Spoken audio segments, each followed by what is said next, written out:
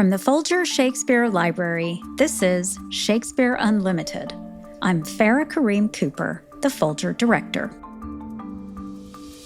The small city of Stratford, Ontario, lies on the Avon River, about 2 hours from Toronto. It's home to the Stratford Festival, the largest classical repertory company in North America. Each year, from early spring to late fall, the Stratford Festival puts on about a dozen plays. Contemporary and classical, musical, and drama, and always some Shakespeare. Since 2012, Antoni Cimolino has led the festival as artistic director. That's 14 seasons, a long tenure for someone in that kind of job. Not only that, but Cimolino has spent almost his entire career in Stratford, having got his start there as an actor in the late 1980s. In Canada, the Stratford Festival is seen as a national treasure, and Cimolino's departure has been big news. He's even the subject of a documentary coming out there later this month titled This Above All. For his final season at the festival, before he drowns his own books, Cimolino is directing The Tempest, as well as the play Saturday, Sunday, Monday by Edoardo De Filippo. Here is Antoni Cimolino in conversation with Barbara Bogave. Well, Antoni, welcome, and what a run you've had. Yeah, it's been 14 years, and it went by very, very quickly. Of course, there were a little bit of a pandemic in the middle of it, which made things less than pleasurable for a while. But ultimately, I'm very proud of what we've been able to do here. And we'll get to that. But I want to talk about the production that you chose to direct for your final season, The Tempest. And you directed it back in 2018. So why The Tempest again? And do you have a different perspective on it than you had 8 years ago? Yeah. As I was planning the 2026 season over the last couple of years, I kept on thinking about the fact that we are so divided, that there's such anger across the board, it feels, in our societies. And the great thing about The Tempest is it is a play about reconciliation, about getting over differences and true forgiveness. And so that became much more important for me this time round than the last time I did it. When I last did it with the great and wonderful Martha Henry, one of the finest Shakespeare actors in the world. And I really focused on the idea of Prospero as a version of Queen Elizabeth, isolated by the men around her. And this time, it was the anger that is there at the beginning of the play in Prospero's mind, the desire for revenge, this revenge tragedy that eventually turns in another direction, surprises us by not having everybody ground up and murdered at the end. What he's asking for is that we find a way through to releasing ourselves, finding the liberty that keeps on coming up in this play not through control and power, but through release and forgiveness. And so I was surprised at how the darker the beginning of the play is, the lighter the end of it is. And I was also thinking, obviously, it's all about leaving behind. Yes. That what's past is prologue, that Prospero drowns his books and he breaks his magic staff and he leaves behind his art. And also his anger and desire for revenge on the brother that stole his birthright from him. So you have a lot of personal investment in this journey that he takes in this play. Yeah, and the word personal is a really good one that you've chosen, because my reading of the play in this production is a very personal one. First of all, I am too having to release, so that every third thought shall be my grave going forward, as Prospero says. And but also the reading of the play, we've had a predominantly one reading of this play since about the Second World War, which has to do, of course, with colonialism, and that's embedded in the play. It's there. I mean, the play was written at a time of the first stock markets, the first, the creation of companies to exploit the New World. It quotes Montaigne, of the cannibals, so that's totally there. But it isn't the only thing that's there. The play is also, of course, has religious, political, psychological perspectives, and it is also personal play. his last solely authored play is a play about release, about stopping the doing of what you're doing. In his case, the creation of art. And for Prospero, it's the end of his magic, which he calls his art. I'm just curious, can we talk about you as a director here? Because you know this play obviously so well, and you've been directing you were the artistic director for 14 years. You were directing before that. So when you return to a play that you know so well, where do you start? What do you do? I think we change as people, right, as the years go on. So even in the 8 years since I last directed it, I was experiencing different things. In this case, I was going to stop being involved with the theater where I've been at for 39 years. It's a life change. And so I looked at it very much through that lens. In 8 years from now, I probably would look at it in a different lens as well. So I kept on rereading the text. And I also spoke to a friend, Stephen Marsh, who's a writer, and we talked about, what was in the text. And I went through all sorts of different notions. For a while there, I felt like the play is so much about human creation and how we come to loathe the very things that we create. So, thought about it, well, is Ariel really artificial intelligence? I mean, this play is famously considered the first science fiction piece, right? So Forbidden Planet and all that. But in a way, The Tempest is the piece that then, Frankenstein is in many ways the child of, Caliban and The Tempest. But I quickly, within 2 weeks, got very tired of the idea of Ariel as AI, because I felt like it was too old minutes after I thought about it. That is the danger, right? I could just see the review. Okay, the actual shipwreck, I've got to say, that begins the play is just a spectacular staging. It's really magical yet realistic at the same time. The ship is there. The sail falls down and creates the ocean, and the actors seem to be tossed on waves and underwater as well. So tell me about creating the storm, first of all, as the director, and how I assume you worked with a choreographer to rehearse that. Yes, a brilliant one. Adrian Gould did the choreography for it. And let me just proceed by saying the Stratford Festival, of course, has thrust stage. It was the first thrust stage since Shakespeare's time. So it predates the Globe and all those other places. And it was created in 1953 because Tyrone Guthrie and a series of artists wanted to recreate the very stage, the kind of stage that Shakespeare wrote his plays for, because they felt that a proscenium arch stage, a stage in which a picture box would create images that were antithetical to the intentions of Shakespeare. In other words, when he writes, "Ill met by moonlight, proud Titania," we have so much information in that line. And to actually create, the phases of the moon and everything else in a picture box would be somehow to undermine the very use of the imagination that Shakespeare is trying to get us to do in his writing. So they wanted to create a stage in which the actor in the text is there in the heart of the audience. And so that poses certain challenges for a director, because when you're in a picture box stage, a proscenium arch stage, you're really dealing more than anything in two dimensions, left, right, up and down. And you can control sight lines. You can create all sorts of magic in the box. In a thrust stage, we're all in one room, which means a noisy light over your head makes a noisy experience for everybody, that we're all sharing pretty much the same temperature. And it means that the staging of what you're seeing in the middle of the stage, it makes trickery a lot harder. Yes, because you can see it from all sides. And just to be clear, a thrust stage it's a long stage that extends into the audience, and the audience surrounds it.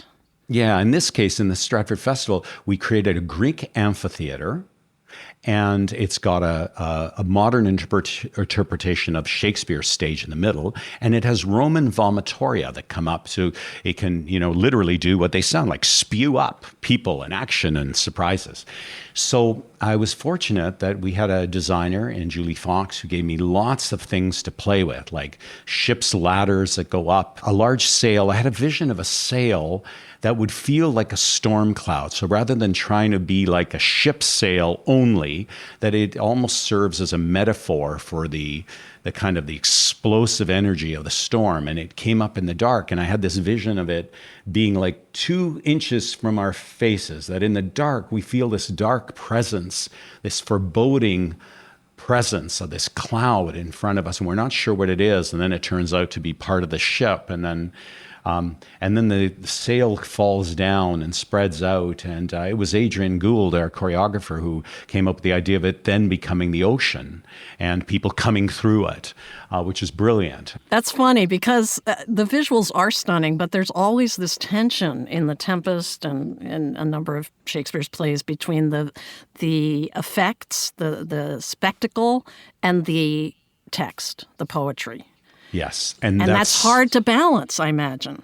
It is, and it's especially true in The Tempest. You need both, right? You need both because you need to understand what the text is saying and what the storyline and the narrative are about. And at the same time, every 20 minutes in a Shakespeare play, there's a fight, or there's a dance, or there's a song, right? And usually those songs are very important to the narrative.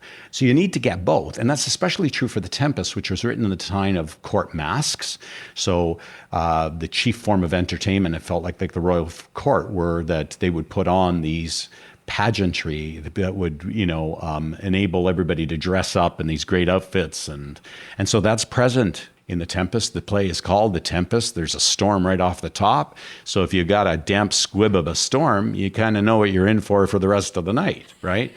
And there's a masque in which you've got these Greek goddesses, but it's also on its fundamental level, that masque is a wedding present from a father to his daughter and her husband-to-be. And so we got to get the story and we've got to get the pageantry. And it is hard because, especially in this play where the magic is supposed to evaporate. Like you see these goddesses and then within 2 seconds, they're all gone.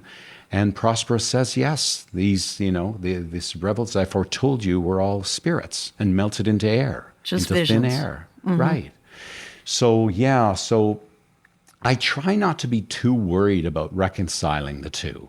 Like I think that Shakespeare's work at times is like pointillism, so that he wants us to see a bright red dot put beside a bright blue dot, and in our minds we create the purple that is there. So go for the pure color.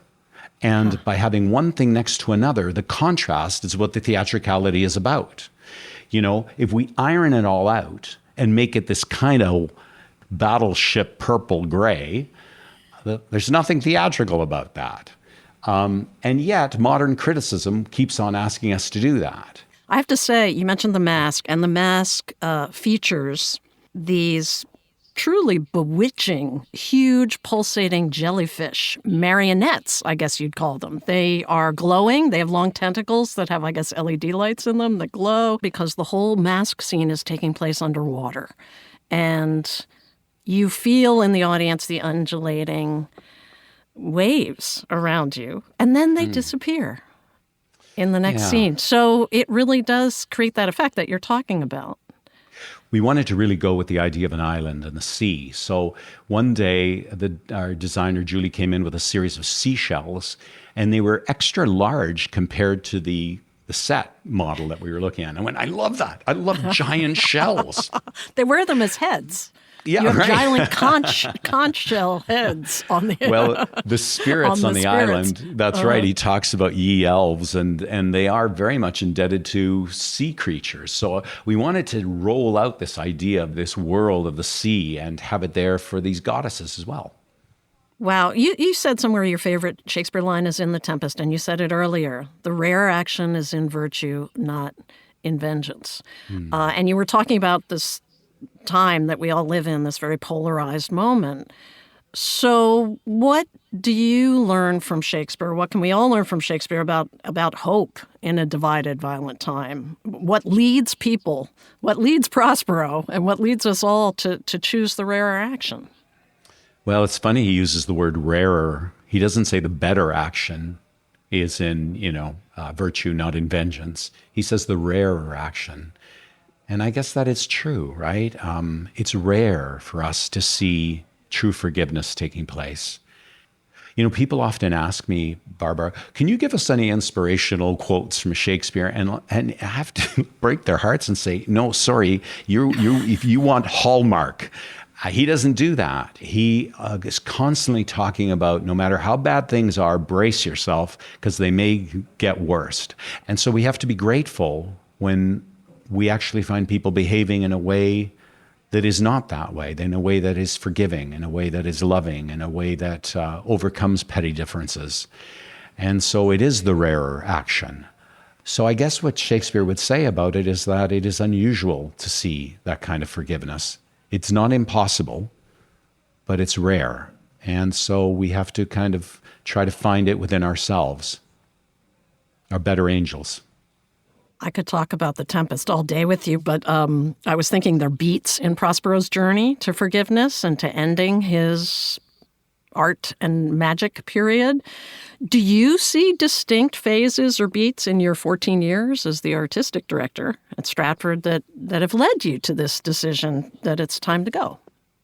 Yes, I think that in the early years of any artistic director's tenure, there's things they want to desperately do. They want to achieve certain things, and getting it started. It's like a rocket getting off the ground. It's the first few inches that probably take the most energy, and so there were things that I hoped to create. I wanted to create a forum where we would have discussions and to get a chance for people to, get to know the festival better. And so we created the forum, which is over 150 events, and we have incredible people talking about what these plays mean in our world today, and it's a chance to meet the performers. And then I also wanted to film more productions, and we not only got a chance to do that, but eventually we created our own platform, which is Stratfest at Home. And yes, this is a commercial I'm giving you now, but at Stratfest at Home, you can get a subscription and see films of all these fantastic plays. And we created a new Tom Patterson Theater, a beautiful new theater. Tom Patterson was the founder of the festival. Yes. We should say. Yes. Americans listening to this won't know the history. Barbara, thank you, because he was an extraordinary guy who had this crazy idea of revitalizing the economy of his town by starting a Shakespeare festival. And if that isn't nuts, nothing is. But it worked. Go figure. He knew something. And we got those things done, and then the pandemic hit. I think you say, I watched a documentary about you. Wonderful. You said $25 million we spent preparing these plays for 2020 and a new theater for the gala opening of it, and then COVID. I can't even imagine what a gut punch that must have been for you. Yeah, it was a perfect storm, because in a theater that does one play and then a few months later does another play, those theaters lost a play or two, and then they could regroup. We were putting together 15 plays. So we were building sets for costumes, because it was March and that's when we were getting going. So we had invested an enormous amount of money, and we had ticket revenue against that, which wasn't ours. So we had 25 million plus in money we had expended in rehearsals, and we had, 20 some million in ticket sales, which basically wasn't ours. It was the kind of thing that could decimate any theater. And yes, I have to admit there was a rather large martini. The shaker was about a gallon bottle with a few olives in it and not much in the way of vermouth. Well, I'm getting tired just thinking about this, because your tenure also coincides with a global racial reckoning and the rise of Black Lives Matter movement. And then in 2021, the discovery of the graves of First Nations children from residential schools in Canada. How did you respond to this as an institution? And how did you personally take that on?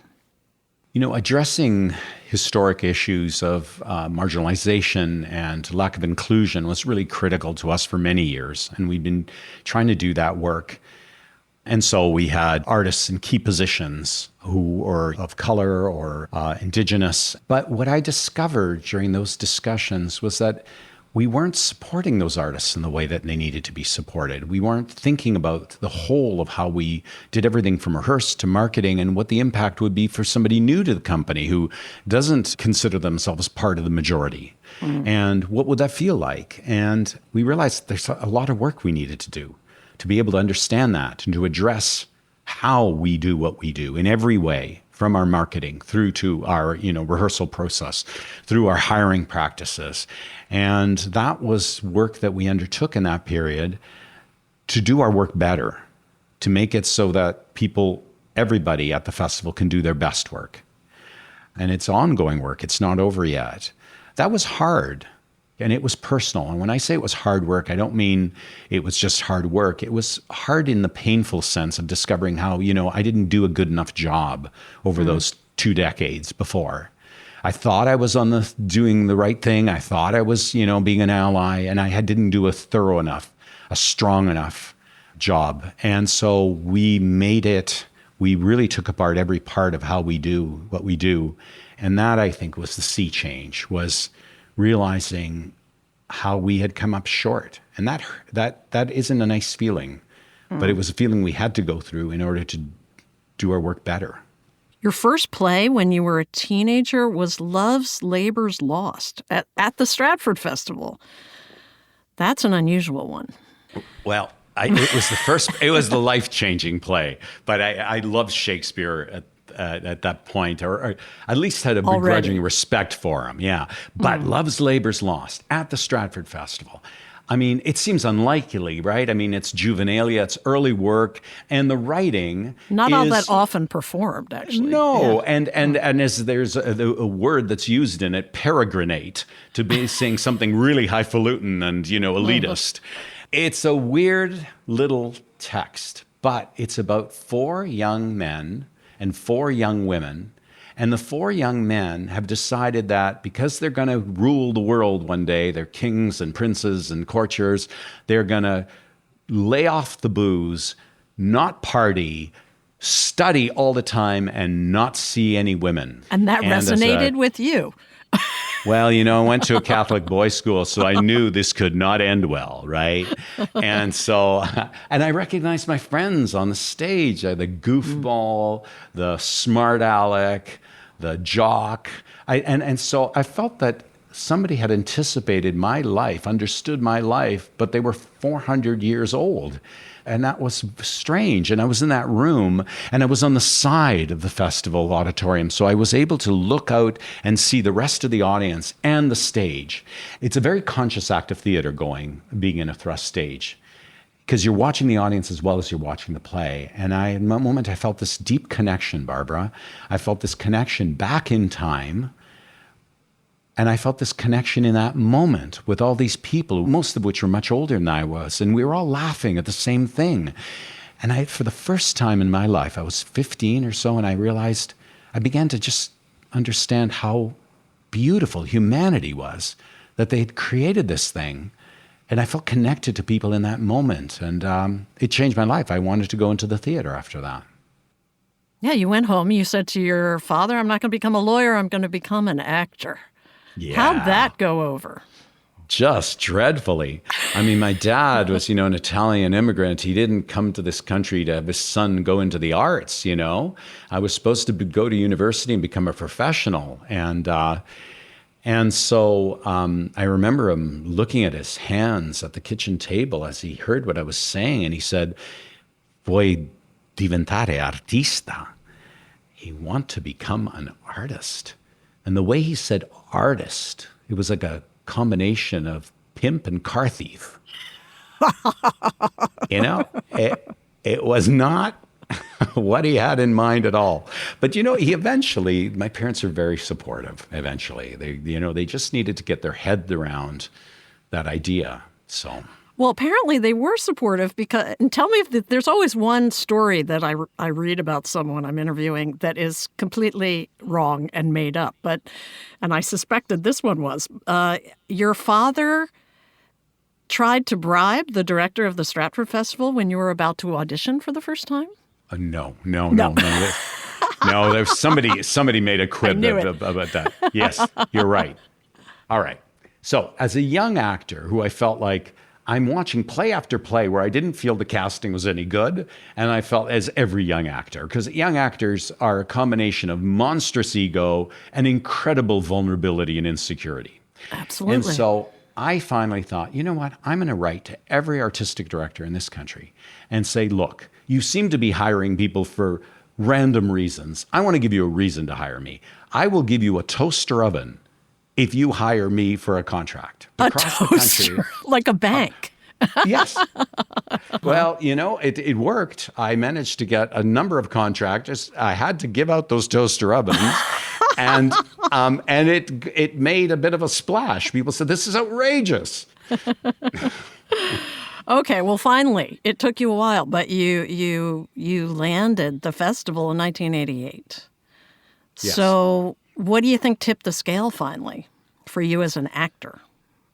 I was working with a director who was directing a play at the festival, but I was working with them in Toronto. I had auditioned a number of times. And the Stratford Festival has 1,200 employees. We have an acting company of 130 artists. And, it's kind of, if you are a theater geek, if you are a theater nerd, this is your home. And I always wanted to be at the Stratford Festival. And so eventually, after having auditioned a number of times and not getting accepted, this was the situation that tipped the scales. There was a director who wanted me in their play who also was directing at the festival. And within a year or two of that, Barbara, I was then asked to assistant direct. And that was, at the moment, I felt really, it was crushing because I thought, oh, my friends are getting bigger parts and they're asking me to assistant direct. What can this say? But it was the very thing I needed because I was probably a better director than I was an actor. What makes you more of a director than an actor? I think I get bored very, very easily. And if you're an actor, you have to really have this sense of focus and attention, which you can immerse yourself completely in a reality and really believe it and really be completely absorbed in it. You're not distracted. The in the moment thing. In the moment. And Presence. I was thinking about all sorts of other things constantly. While you were on stage? Yeah. One day I was playing Laertes in a production of Hamlet, and I was standing there with a sword in my hand, about to begin the fight with Hamlet, and I thought to myself, did I return that call? Not what Laertes would have been thinking. No. And so I realized, what, get off the stage. So I love every part of directing. I love everything from the interpretation to selecting and working with a composer to the costumes, to the visuals, to the sounds and scents. So it better suits my scatterbrain nature to be everywhere all at once. So I was thinking about your theme for this last year, this rough magic. And I had ideas, but I want to hear what it means to you. Theater is incredibly powerful. We're hardwired to love theater. You never have to explain to a child about play acting. They do it with their friends instantly. And if you really want to upset them, stop them from doing it. It's something we understand. Theater was a thing the Greeks turned to in a democracy 24 centuries ago when they wanted to explore ethics, look at morality collectively with people, and they did that through theater. Theater is very, very, very powerful, but it's mysterious in the sense that we go to a play, we see people that we know are actors in the darkness, they're acting parts, they're not really those people, but there's a part of us that begins to both believe that and always know it's a fiction. And it's in that and always knowing it's a fiction that its great power lies, because it gives it what the spin doctors call plausible deniability. I don't really believe this, but what if I did? What if I did believe it? And in that suspension of disbelief, we allow ourselves to go someplace that our judgmental selves would never allow us to go. You go with your heart, not just your head. And you go as a slightly different person than you are day to day. And you might come out thinking something that you would have never thought when you went into that room to begin with. Theater can do something that school and journalism can't do, which is not only to change minds, but to win hearts. And in that process, there is this rough magic. Why is it rough? Because it's inexact. It's not prescriptive. You can't tell people exactly what you think. you can just maybe open a little chink in their armor and say, what if? And by doing that, there's a potential to really change the world. So what we do is really important. And it's a magic wand that doesn't work all the time. And sometimes it maybe creates outcomes we don't anticipate. So as magic goes, it's rough, but it's still powerful. You're in the middle of the festival right now. So have you even had any time to think about what comes next? No, and Barbara, to be honest with you, I think I've been in denial. So I had thought I would leave this position 2 years ago, and I extended it because the pandemic made me worried about the health of the festival. So I stayed on. Now I feel like our attendance is above pre-pandemic levels, and I've had time to adjust to this. There's no excuse for me. But what I realize is I want a big gap year. I just want to stop and not do what I've been doing. I want to spend time with my family, with my kids. I have a daughter in Taiwan. She's been there for a number of years. I have a son who's just had a little girl in Halifax. I want to spend time with both of them. I want to spend time with my wife. And, I was a workaholic, and I want to now be a person who experiences all the things I didn't do before. They say in some ways that theater is a rehearsal for life. Well, if that's the case, I'm part of me just wants to know what happens when you stop rehearsing. What happens if my life starts getting an opening night? Well, I can't wait for your opening night. I can't wait to see what happens next.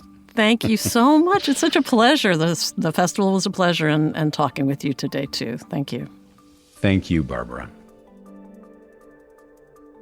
That was Antoni Cimolino, interviewed by Barbara Bogave. Antoni's productions of The Tempest and Saturday, Sunday, Monday by Eduardo De Filippo both run at the Stratford Festival until October 24th. You can find tickets and more information at stratfordfestival.ca.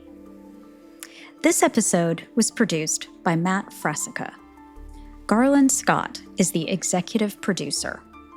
It was edited by Gail Kern-Pastor. We had technical help from Russell Gregg in Stratford and Voice Tracks West in Studio City, California. Our web producer is Megan Frederick. Leonora Fernandez edits our transcripts. Final mixing services provided by Clean Cuts at 3Cs Inc. If you're a fan of Shakespeare Unlimited, please leave us a review on your favorite podcast app. It really helps others find the show. Shakespeare Unlimited comes to you from the Folger Shakespeare Library. Home to the world's largest Shakespeare collection, the Folger is dedicated to advancing knowledge and the arts. If you're in Washington, D.C., come visit the Folger on Capitol Hill. Come face to face with a Shakespeare First Folio in our exhibition halls, or take in a play in our theater, or enjoy our Quill and Crumb Cafe. We'd love to see you. For more information, visit our website, folger.edu. Until next time, thanks for listening.